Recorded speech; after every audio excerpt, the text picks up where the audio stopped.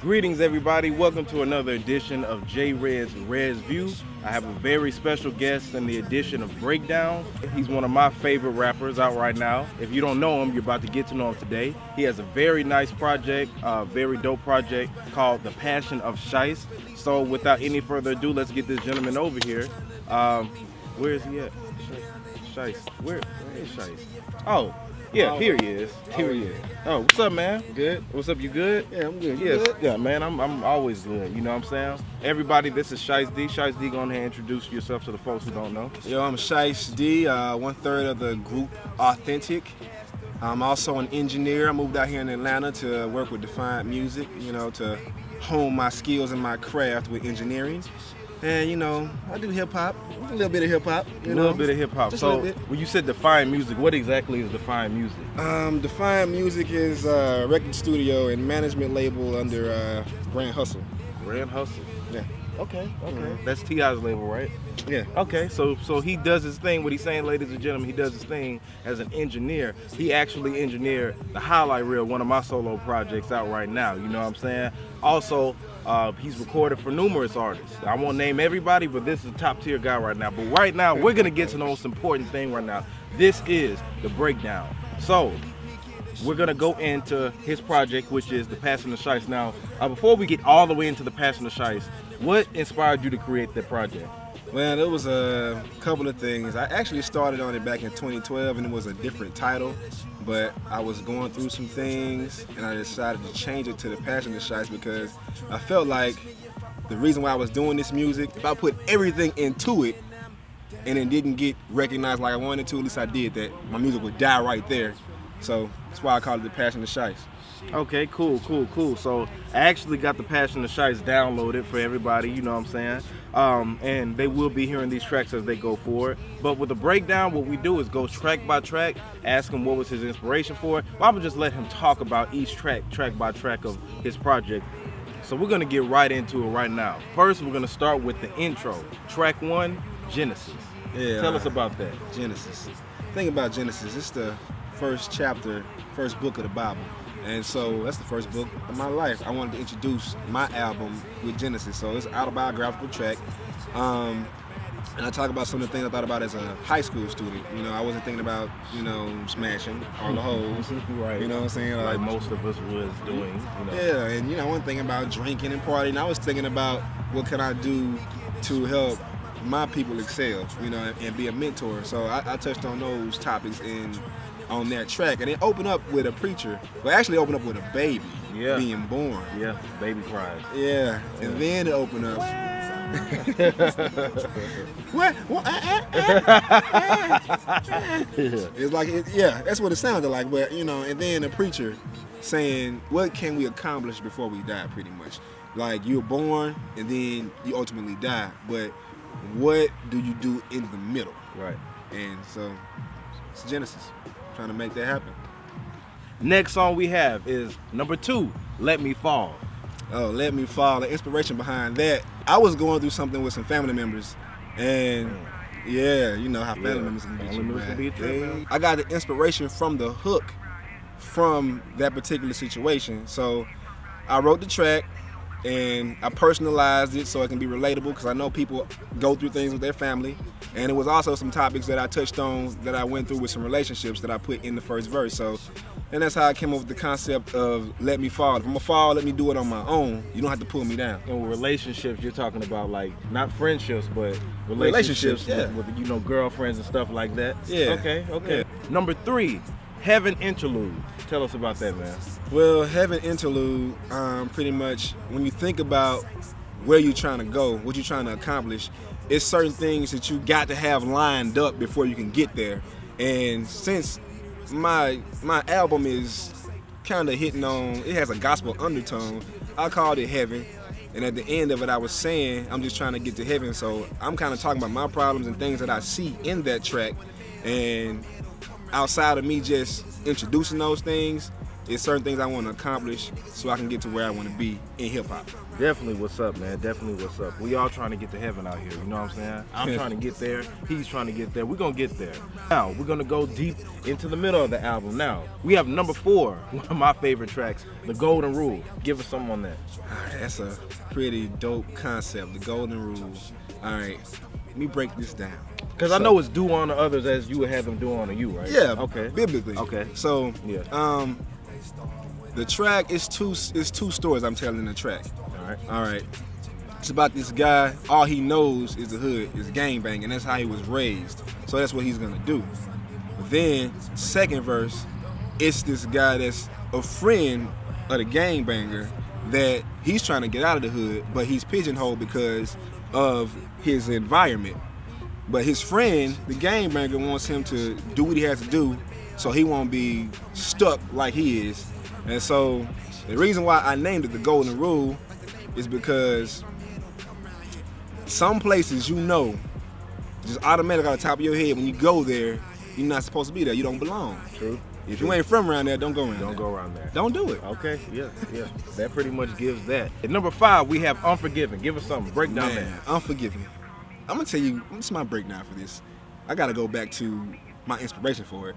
So when I was working at Defient, I played some of Authentics music, you know, right. Some of J-Red's music, some of my music, right. You know, and I let the engineer hear it that was training me, and I let some A&Rs hear it, and they all gave me opinions and things that we needed to work on. And, you know, but what they told me personally, they said, hey, you got some good content, good lyrics, but sometimes you put too much. It can be too wordy, so just dumb it down or scale it back a little bit so, you know, the message don't get lost. So the first track that I recorded after that conversation was Unforgiven. And I pretty much talked about me moving there, all the things that I lost in the process of not just the move, but before I left Mississippi. So, you know, I had lost a relationship, lost a job, top of my mom passing. It was just a lot of things I touched on, and you know, it was the reason why I named it Unforgiven is because outside of me letting go and forgiving people for the things that I caused in their lives, I feel like people should do the same thing, forgive me. But in most instances, people don't forgive you. That's why I named it Unforgiven. Because, awesome. You know. Sounds like a movie, doesn't it, ladies and gentlemen? Number 6, They Told Me.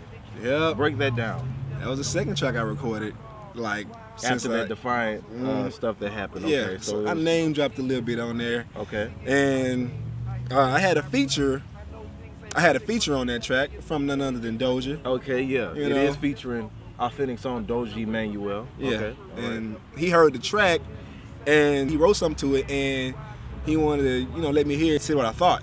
And so I cut the beat on, he spit his verse. I was like, man, that fit perfect with the concept.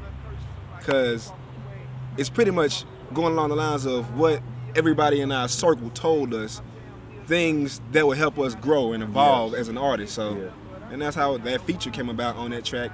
It's a dope track. Number 7, Wandering, featuring Am. Now, who is Am? Amber Demery. Okay. Yeah, she's the wife of Rob Demery, co-owner of Red Light Arts. Yeah. Right. Yeah. Yeah. So Wondering, to me, it started as a prayer. It was a conversation I was having with God, and I touched on a lot of things, a lot of what ifs. Like, what if this didn't happen? So I touched on my relationship. Like, what if I didn't break up? I'd probably have a family. I'd probably be married. Probably have kids. You know, I touched on my dad's situation about if he, you know, did more, communicated more, we'll know more about his ailments. So we have to guess on him, on his situation. I talked about what if my mom was still here. Just certain things I talked about. And towards the end of the track, as it progressed and it got deeper, I touched on Trayvon Martin and Mike Brown, you know, so I touched on that, and it's just my thoughts, basically. That's why I call it Wondering. My mind was just wondering that night. Yeah. Number 8, Nooses and Crucifixes. Now, that's an interesting sounding title. You're going to have to break that down for me. Go ahead, what is that? Man, Nooses and Crucifixes. So, pretty much, the title within itself means a noose. You wear a noose is placed around your neck, or was placed around our ancestors' neck, to, you know, hang us or punish us for our crimes or lack thereof the crime. I talked about Mike Brown. I alluded to Trayvon Martin. I talked about Malcolm X, Martin Luther King, just things of that nature. And then I talked about like the mentality of our people. You know, it's just, it hurts us sometimes. So I agree. Number 9, Through Hell. Break that down for us. Okay, so with Through Hell, all right. In the beginning of that conversation, I'm calling my tracks conversations because, you know, that's what I feel like they are, conversations, so people can relate to them. So at the beginning of this conversation, I opened up talking about going into a job interview and how I'm automatically viewed because of my skin color. Like, no matter what you put on your resume, no matter how all of it adds up and that you qualify, when you walk in an interview, sometimes you prejudged. And I've vented my frustrations through that track. And I called it Through Hell because even though we're here and a lot of people are living this fantastic life, in actuality, we're actually going through some kind of hell. My hell might not be like your hell, right, or like your struggle, right, but we're going through something. Yeah. And when we hit that high, a lot of the times we're always going to be knocked back down to go back through some kind of other hell. Right. So it's just how you get through that hell. And that's all that track talked about, how I'm going to get through this hell. And that's why I vented my frustration through it. Right. Very, very logical track. Talks about a lot, speaks volumes. Number 10, we have Still. Still. Now that's short for Still Wondering, right? Yep. Okay, break that down. Still Wondering. Man, I talked about, you know, it went on, it was like an extension of Wondering pretty much. It was part 2.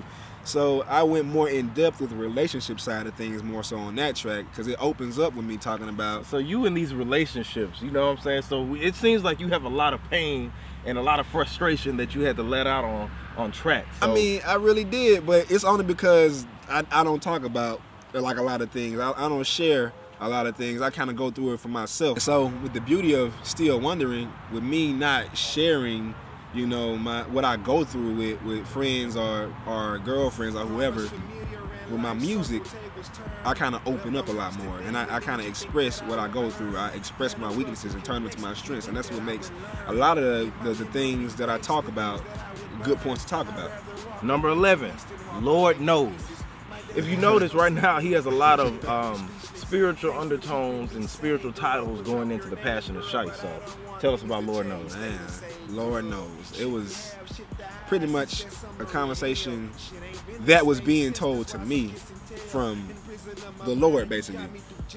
Pretty much. And he was saying, hey, look, yeah, you know you did this, and you know you did that, but what are you going to do to balance things out or to rebound? How are you going to get to that next level? And so that's pretty much, you know, it pretty much talked about how I adapted to a lot of things to get to the point where I got to. Lord knows I changed. Got you. You know, Lord knows I changed. And the very last track is number 12, The Last Supper. Break that down for us, Shaq. Last Supper, the hook came from a song from the We Authentic EP. Like it was, which is also available now. Yeah, it's also available. All of it. Yeah. The Last Supper was just me acknowledging everybody that helped me get to where I got. You know, so when you sit down and you eat, you want to eat with the people that helped you get through your struggles. You know, my niggas eat when I eat. That's good table manners, right? Right. Oh, exactly. Yeah. Cold bar you know? For everybody who hasn't heard that track yet. It's like that track was the perfect outro to the album because I summarized everything and summarized how I got to where I was, because all through the CD I talked about struggle, and you would think with all the personal things that I talked about, like it was never going to be a resolve or a resolution. So when you get to Last Supper, it's like, oh, all this stuff it's like it's real bright. It's one of the brightest tracks on the album. So you hear it and you see the accomplishment. Right. And it's not only me talking about my accomplishments, but I'm talking about some of the things that my homies did and how it inspired me to keep doing what I was doing. Right. Yeah. All right, well, that sums it up right there. That finalizes everything. That was 12 banging tracks from the Passion of Shiest. Can you tell us where we can get that? How can we get Passion of Shiest, man? Well, the Passion of Shiest is available on SoundCloud, on my SoundCloud page, Shiest D Great. You can also find it on Audio Mac if you search Shiest D Great. Thank you again for joining me in this week's edition of The Breakdown for R3Ds View. Make sure that you check it out. And again, subscribe to the YouTube channel, which is We Authentic Music. We out of here.